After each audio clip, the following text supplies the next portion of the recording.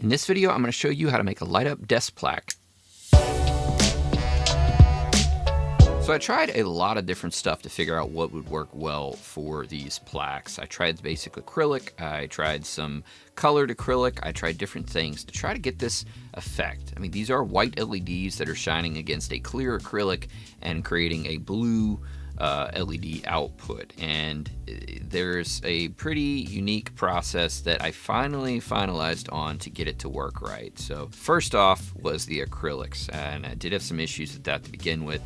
So one of the things that I settled on was actually this waveboard acrylics. And basically it's just got a ripple to it. So if you think of something like a headlight, a lot of times they'll have these plastic bars. They have an LED at the end, and the LED shoots the light through the bar. The roundness of that bar is what helps that light to transmit through better. A flat surface like we have with acrylics, the light just shoots straight through and goes out the top. Now, even in these, you still see it is quite bright coming out of the top, which is kind of an interesting effect because it will actually light the ceiling a little bit. But because of that rippling in the plastic, it does actually capture a lot of the light and focus it in different areas to create a pretty nice effect on the actual acrylic. Now, for the color, the thing that I decided was the best solution is tint. You can get different colored tints, like in this case I have blue, I get green, red, and a white. It's not really a tint, but it does effectively give a white color to it, a little better than just pure acrylic would. Now, for the front face, I am using metal. I'm cutting this out on my water jet, but you know, most of you guys probably don't have access to that. You can totally do this look with acrylic. I would go with a thin acrylic and just cut out the designs that you want with that, and I'll show you that here in the video in a bit, ideas of ways to take designs or create designs and make them cuttable on a laser cutter. So I would say the basic tool that you're going to need, the big tool for this project, is going to be a laser cutter. There's some other things that you may or may not need, like the base. I'm using wood for the base here, and I'm using a table router to carve out a channel for the LED strip and put the plaque into it, as well as carving out the edges so that they have a nice smooth finish to them. Lastly, you do have the LEDs that go inside, and I just drill a hole in the back side and then add these barrel socket 12-volt connection with a 12-volt power supply. I'm just using a 1 amp, which is plenty, and then an on-off switch here, so that way a person can easily put that on a desk or a counter or something and just flip it on and off very simply. So stay tuned, and we'll cover a lot of that, and we'll cover the process itself, and we're going to go ahead and create another one. So I'm going to show you guys how to actually design the file for the laser cutter. There's a little bit of prep work you have to do to actually take a file and be able to cut it out on a laser cutter. To start with, we're going to start with the Sonic file, the same one that I used to create the plate that I showed you initially. So we're just going to go over here. We're going to type in Sonic the Hedgehog logo into Google search engine, and then at the top you'll see where it says images. Go ahead and click images, hit tools, hit size, hit large, and the reason we're doing that, it will make the results that show up here on Google be larger file sizes versus smaller ones. The bigger the file, generally the easier it will be to edit because it will be less grainy and pixelated. So I'm just going to grab this first one here. That'll be perfect, and we're going to hit it, hit save as, and we'll just save it right there. I actually already saved it. So we're going to open up Photoshop. We're going to open up a new file. The new file we're going to open up is this Sonic the Hedgehog that we just downloaded. So we'll go ahead and open that file. As you can see, it has opened right up. Now the first thing I'm going to do is get rid of this white outline that you can see here. And the easiest way to do that is with our magic erase tool here. And we click that, it is gone. Now we're going to switch to our regular erase tool. We go ahead and up that size just a little bit. And we're going to get rid of this entire bottom section here. So the big focus is going to be on the Sonic itself there. Now, the next step that we're going to do is we're going to duplicate this layer 3 times. Duplicate it twice, have 3 files total. So we have 3 files here now. We're going to turn off 2 of them for the little eye next to it, that means that you can't see it. It basically makes that layer invisible temporarily. So we go ahead and do that. Now we are going to grab this layer 1 here, and we are going to get back to our magic eraser here. We're going to delete the blue, go ahead and hit that black as well, and then just any areas that you might have missed, go ahead and hit them too. Just get rid of all of it right there. Okay, so the next step that we're going to do is we're going to take this image here. So we're going to hit Control and click on that top layer. Go ahead and make this bottom layer show up here, and we're going to hit that, and we are going to Control click on there and hit cut. And now if we make both of those layers go away, which you can see we got the outline there. And the reason we did that is because there was actually shading on the Sonic part that we wanted to remove, which meant if we tried to hit it with a magic eraser or something like that, it would have been a little bit of a pain in the butt, whereas the blue is just really easy to remove. So went a little bit quick through that. I'm hoping that you guys are a little bit familiar with Photoshop, but you know, you can play that back a couple times and just kind of see what I did there to get that image cut down. But there you go. So we got this layer now. We're going to go to this layer, and we're going to change the color to black. And the reason for that is that it is easier for us to edit using the next program that I'm going to show you here in a minute if we do that. So to slow it down just a little bit on what I actually did there, right click on the layer itself, go to blending options, go to your color overlay option here, and then you can click in this box to change that color to whatever you want it to be. So in my case I went black, hit OK, and now that is your color. Now we still have this layer as well, and what we are going to do with that layer, I'm going to go ahead and drop it down here. We are going to do the same thing, back into blending options, back into color overlay, and make it black. So now what we have is we have our front file and we have our back file outlines right there ready to go. So now we're going to have to save each one of those two files as separate files. So you're going to make one of them disappear, make it invisible. We are going to export now. So hit File, hit Export, Export As, and we're going to export it as a JPEG. So JPEG, hit Export, and we are going to save that. So hit that, hit Save, and you can name it whatever you want. That doesn't matter. Now we're going to export the other file here. Same deal. File, exports as JPEG, same location. This will be our front and back pieces. Okay, so the next step is to grab the next software, which is called Inkscape, and I'll have a link in the description for that. That's actually free software, so it's not too bad to pick up, and it's really good for vector creating. Vectors are images that can basically be blown up many times, and they do not lose quality. So there's a benefit to that when it comes to CAD work and things like that, because the stepper motors and stuff, if they have a smooth curve as they're cutting, it works a lot better than if you're using like a PNG or a JPEG.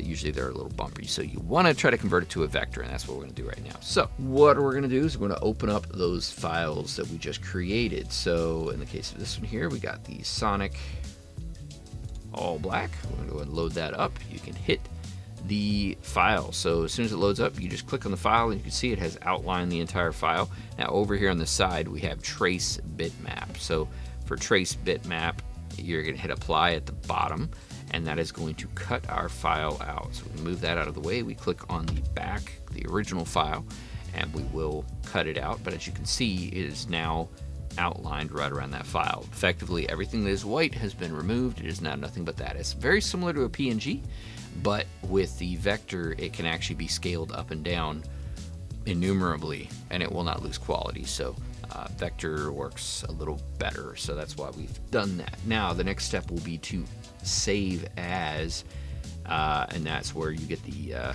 SVG file for a vector itself. So Sonic back SVG, there you go. We'll save it like that. I already saved it, so I'm not gonna overwrite mine, but you get the idea. We're gonna do the same thing for the other file, which I've already done, but same thing. Load it up, save it, And then we're going to move over to the next software. So the next application we're using is Beam Studio. Now that is because of the laser cutter that I'm using. You may be using Lightburn or something like that. I don't use that one, so I actually don't know a whole lot about it. For the BMO software, I go in here and I can upload those SVGs. So I just go ahead and take that Sonic back SVG. When it pops up, it's going to ask you what style do you want for your layer, and we're going to choose color. So as you can see, it pops up in a very large format here. So we're just going to shrink that down a little bit to a more manageable size. And basically you can choose the size that you want at that point. So you set that size. You're going to want to set the front and the back at the same dimensions, obviously. That way you can cut both files out. So in this case, like, you know, okay, we'd say about like that, and then load up our front file, do the same thing. And up here in the corner, you can actually select your file sizes, widths, and that way you make sure that it is the same size. Now, I've already built this one. I'm not going to build another one, so I'm not going to bother to cut it. I'm not going to bother to paint it, assemble, all that. We're actually going to make something new, something different. So there's another way that you can create things. You don't have to take a photo and then edit and all that stuff. There's actually a little bit of an easier way to do it if you just want to do something simple like a word. So what I can do is go back into Photoshop. And in Photoshop, what we're going to do, go ahead and get rid of that, and we are going to open up our text editor. So in here, I'm going to make a plaque for someone that I know whose last name is Reed. So we are going to go to type in Reed there, just like that. Change the font to something a little more manageable. We'll go for that. That'll work. And then the actual font itself, now, you know, obviously choose whatever font you want. I'm going to go with Impact for mine, but, you know, you can play with different font styles. What do you want it to look like in the end? But I like Impact. It's a good look to it. So the next step is going to be to go over and right click on that new text file, that new text that we created, and go to blending options. Now we're going to go to stroke. Let's change that color. I guess we'll go to red. And you're going to increase the size. And just think the red area is what is going to be the front part of the plate. We're going to delete the black. So just decide how thick you want that to be. So that's good right there. So go about like that. And then we are going to right click on it and hit rasterize layer style. And now that turns it from a text format to an image format, which means we can edit it now. After rasterizing that, we are going to go ahead and duplicate this layer, just like we did on the Sonic one. Go ahead and make one of them disappear, grab the other one, and then we're going to go over here to our magic eraser tool, or you can do the magic wand tool, either one. The magic wand's a little quicker. Magic eraser also works pretty well. But the magic wand tool, you go in here, you select these files, and you do have to make sure that you have all your settings up top the same way. So sometimes it changes a little bit, and then it'll only select the black within this area or that, you know. So if that doesn't work, the magic eraser works very well as well. So we'll go in here, we'll select this area, and then we're going to hit delete, and that will delete the black area. Okay, so the next step will be to go over here and right click on that file, hit blending options, and color overlay to black. So this is our front acrylic, and now let's go ahead and edit the back acrylic. So for this one, it's pretty simple. We just go right click, blending options, color overlay, all black. So there you go. That's pretty stinking easy. You don't even have to find the photo. That's two ways where you can do it. You do the exact same process for this, where you save each one individually, so make one of them disappear, then the other. That way you have two separate layers. Just basically, you're going to export those, import them into Inkscape, turn it into an SVG, same way that I just did it, and then import it into your laser cutting software, whatever it is that you're using. Most of them will deal with vector files like SVGs, so that should work in most cases, and this is actually how I do a lot of the stuff that I do. So basically Photoshop to clean it up, and then Inkscape to create it into a vector, which ends up working really well. So I am going to go ahead and cut these files. I'm going to create it about 3 inches tall, because 3 inches seems to be a sweet spot for the actual light to shine through the acrylic, and it works well. So 3 inches tall, and I'm going to cut it out of metal for the front, but that's because I got a water jet, so you know, why not use it? But you can totally do this with acrylic. I would go with like a 1/16 inch acrylic for that. I'm gonna go ahead and do that, cut it, paint it, come back, and we'll start assembly. So I got a piece of acrylic here that's just big enough for us to cut. So I'm gonna go ahead and peel off this top layer, and then I've got a sheet of blue tint that we're gonna put over top. So in the case of this one, I'm gonna go for a blue tint for the acrylic, and then I'm gonna make the plate on top be gray. I am going to cut that out with metal, so I'm going to show you that. So you can get a little bit of both. You're going to see how I would cut it out on the laser cutter and how I do it on the water jet. Once again, I understand most of you guys probably don't have access to a water jet or anything like that, and it's perfectly fine to cut this top layer with acrylic. Just keep in mind the thickness of that acrylic. You're going to want to keep it very thin so that this whole plate in general is not super, super big. So probably go with like a 1/16 inch acrylic for that top layer.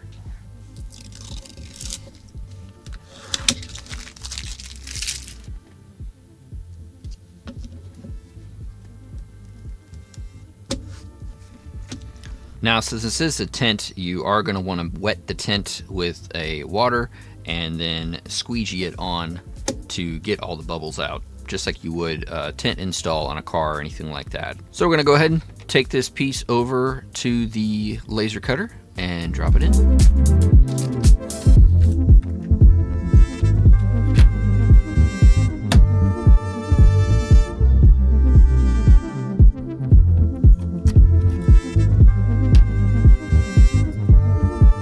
So we got the metal plate finished cutting. I went ahead and did the cleaning up, deburring, and all that stuff. Went ahead and painted it. We're going with the gray.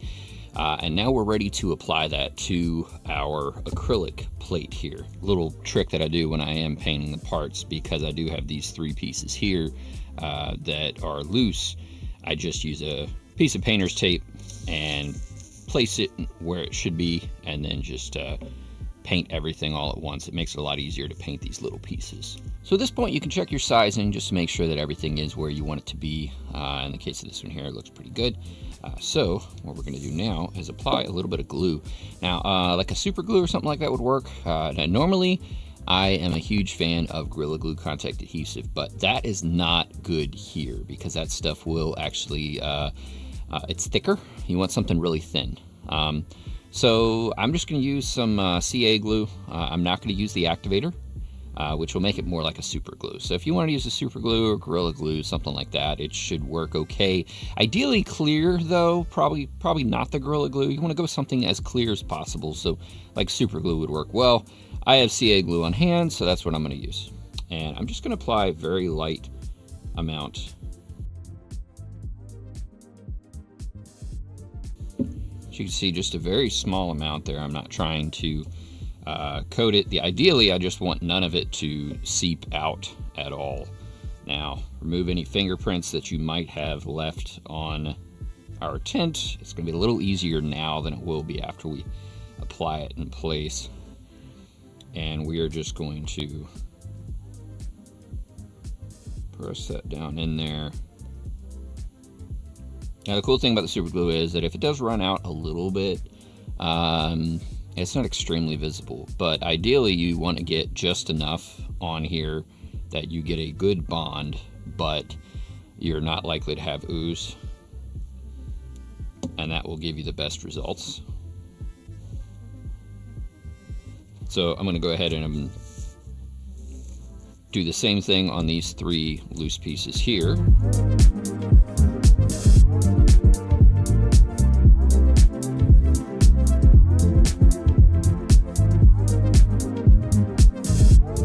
Now you're going to want to apply some pressure to this while it cures, and it will not take long. Super glue goes pretty quick. So I'm just applying some little clamps that I have here to the table with a board on top, and that'll be enough to keep it together nice and tight while it dries. It will not take long to dry. So we're going to give that like 5-10 minutes, and we're going to come back and we'll do the next step. So it's been about 10 minutes now. We will go ahead and remove those clamps. And as you can see, everything is in place and holding up good. So we now have the acrylic done. The next part is going to be our base. Now, there are a few different directions you can go with the base. In the past, I had 3D printed them. And if you have a 3D printer and you're half decent with CAD work, Tinkercad, something like that, you could pretty easily design something and print it. This is going to be a little faster and easier for me because I do have a router table, which I'll be able to cut a groove for the LEDs and smooth out the edges to make it a little bit smoother, and then drill in a hole to add in that plug. So we're going to go over there, knock this out really quick. This is just 1 inch by 3 inch pine. You can get a 4-foot board from like Lowe's. I think it was like $10. It wasn't much. We're trying to cut a groove in there so that we can slide the plate in, but also a larger strip. So we'll jump over there and get that done.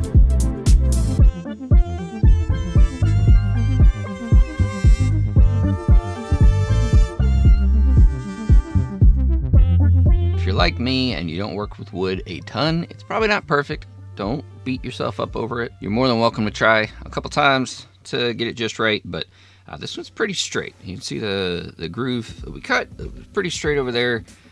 For being cheap, I think that was a Harbor Freight thing. Like I said, I don't work with wood a whole lot. I'm more electrical. But it was something I did want to get because there's things like this you're never going to do freehand with a router, and I'm not even aware of other tools that will do it. So having that, it gives me the ability to do certain things that really nothing else can. So, consider the 3D printing option. Maybe think about some other ideas, but this works really well. I'm pretty happy with it. You see, I got the bit that I used actually cut a groove in there that's big enough for our LED strips. So that brings me to the LED strips. Now, you can use addressable LEDs in this. It's about a 10 mil opening in there. So, we have some 8 mil, even 6 mil stuff ourselves here that you could use that's addressable. Or in the case of what I'm going with, I'm just going to make this pretty simple. No Bluetooth controllers, no remotes, none of that stuff. Super simple, 12 volt plug-in and single color LED strips. So the strips we're using, I do have a link for these in the description for this video, and they are pretty dense and they're 10 mil and they fit really well inside of that groove that we created. So it works out really well. So what I'm going to do is I am going to drill a hole. Basically, I'm going to decide what do I want my front to be and what's the back.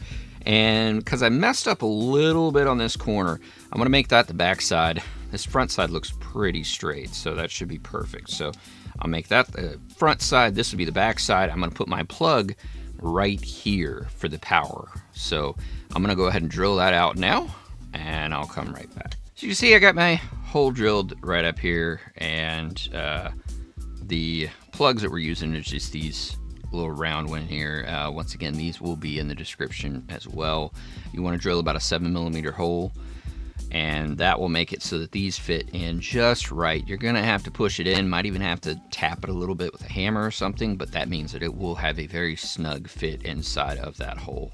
When you're drilling the hole, you do want to drill all the way to our channel because we're going to be running that wire up through there, and then you want to drill a little bit past it, and what that'll do is it'll actually allow you to route your wiring around both sides of the strip. So next we're going to determine about how much LEDs we need. Now obviously you don't want LEDs sticking out the side of this thing, so you're going to have to kind of undershoot a little bit if you need to. There are 4 LEDs. You can cut the strip every 4 LEDs. So in our case here, the best option we have is cut right there. So that's where I'm going to cut. Now these are not addressable LEDs, so if you're familiar with the stuff that we normally use, Color Flow, Flow Series, NeoPixel, addressable, that's all the same thing, just a bunch of different names for it. But basically, for those, they have a direction, so you have to start on one end and then it can go to the other. These are just single color. They turn on and they turn off. That's it. So we can actually attach our power connections anywhere on this strip. And you can see there are several contacts across the entire strip. Negative on one side, 12 volt power on the other side. These are 12 volt strips.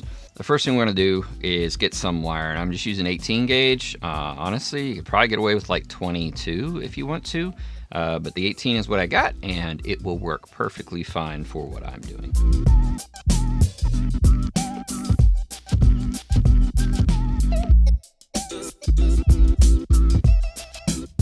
One thing that you want to consider is that ideally you don't want to have too much wire up in here that you got to try to tuck away or hide somehow. Now you're going to have a little bit extra coming out here so that you can attach the plug and then push the plug in, which will create extra slack. So basically what you want to do is when you solder it to your strip, solder it a little bit off center, and that way we can center it up so that we have wire sticking out. And then once we get that soldered to our plug, we can actually pull the strip center, and that will take up our slack. So case in point here, I'm going to go ahead and run that through.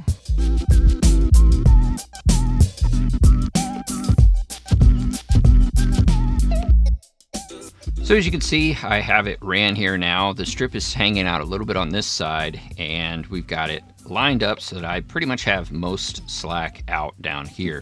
Now I'm going to cut that, and you're going to kind of want to just kind of imagine how much you're going to have to shove that up in there. So like if this is hanging out that far, then you're probably going to want to attach somewhere around here, and that way when you shove it back in to slide the strip over, you've got enough room. So I'm going to cut right there and strip that wire off.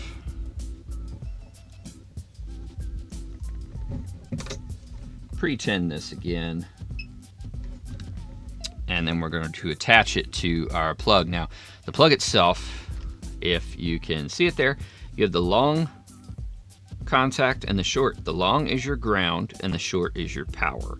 That is assuming that you're using the ones that we have linked on this video. It should take you to an Amazon link, which will have all the parts that we used in this. On these, that's how they are.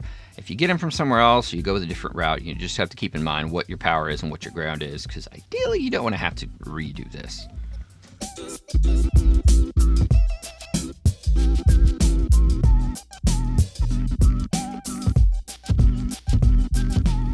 So you can see I basically just soldered onto those contact points, and that should be enough. The biggest thing is just make sure that you do have a solid contact. You can wiggle it a little bit, make sure it doesn't let go. But that's perfectly fine. That's what I've been doing on all these. And key points is that the two pins are not touching, so power and ground should not be touching. So you do want to make sure you have a contact between that. And I would ideally solder the wire to the inside rather than the outside of those contacts. And it just makes it less likely that the wood grabs a hold of it and tries to rip it off. So now I'm going to use a little screwdriver here to help me guide this strip through. And as you can see, it's pulling the power in for that plug. And I did overshoot just a little bit there, as you can see.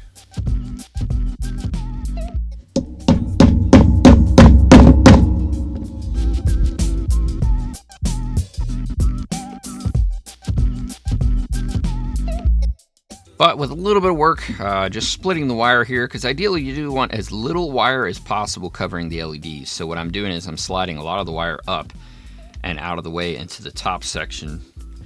And then I'm also sliding the bottom wire down. So I've got it split, ground on the top, power on the bottom, and then it just comes down and it connects here. And this plug here, I just shoved it in there.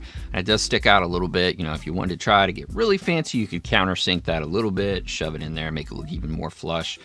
But in general, that's going to be in the back. Nobody's going to see it. And the front side is going to be pretty flush.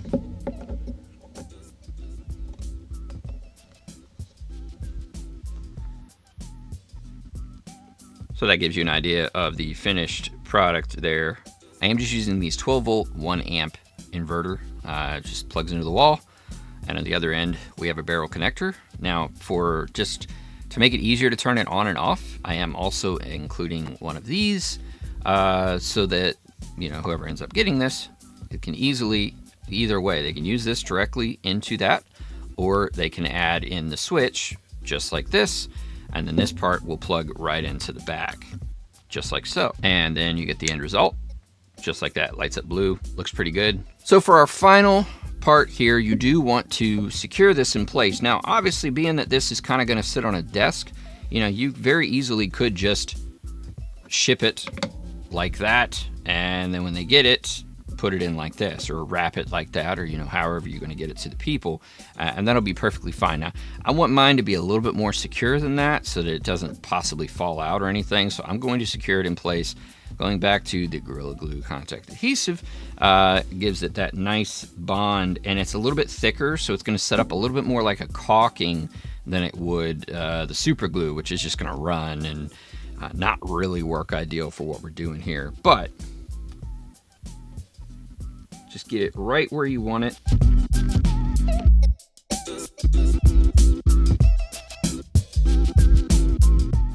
So there it is. We got it all finished up.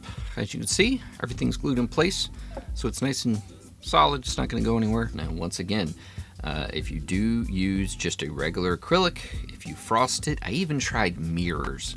Nothing gets the same result that this acrylic does, and there's not a ton of places that sell it. So I do have a link currently for Amazon, and that will be in the description. It may get removed, the listing or something like that in the future. If it does, reach out, let me know, and I can see about trying to find a replacement. I will have a list for all of the main components that you needed here. You can check that out once again in the description for this video. So thanks for watching. Hopefully you guys found this interesting, and hopefully it gives you some ideas on things that you can do that won't cost a ton of money, but can still be really cool gifts for different people or things for around your house or something like that. If you enjoyed this, make sure to like and subscribe to the channel so you don't miss any other videos like this that we might have in the future, other ideas or plans, especially home lighting, things like that, as I try to get more and more into that. So thanks for watching. Have a good one.